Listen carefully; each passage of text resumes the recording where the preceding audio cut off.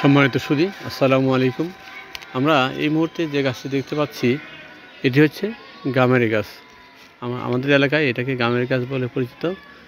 গামেরি গাছের এটি হচ্ছে ভেষজ একটি গাছ, যার মাধ্যমে আমরা নানান কাজে ব্যবহার করে থাকি। যেমন ছোটোবেলায় আমরা এই গাছের বিচি, অর্থাৎ এই গাছের যে ফলগুলো হয়তো এই ফলগুলো দিয়ে খেলা করতাম, পানিতে ঢিল দিতাম, তারপর আপনার মাটিতে পুঁতে কাঁচি দিয়ে উঠিয়ে উঠিয়ে খেলতাম, ঘিন্নি বানাতাম, কত কিছু না করতাম না বোঝার জন্য। আজকে বুঝতে পারতেছি এই গাছের ফলগুলো কী কী উপকার হয়।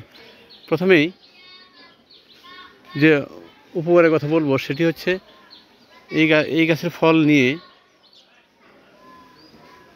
কুচি কুচি করে কাটবেন, কাটার পর এর মধ্যে শুকাবেন, শুকানোর পরে এর মধ্যে একটু লবণ দিবেন, লবণ দিয়ে সঙ্গে কিছু লং, কিছু গোলমরিচ দিবেন, দিয়ে পেষে পাউডার বানাবেন।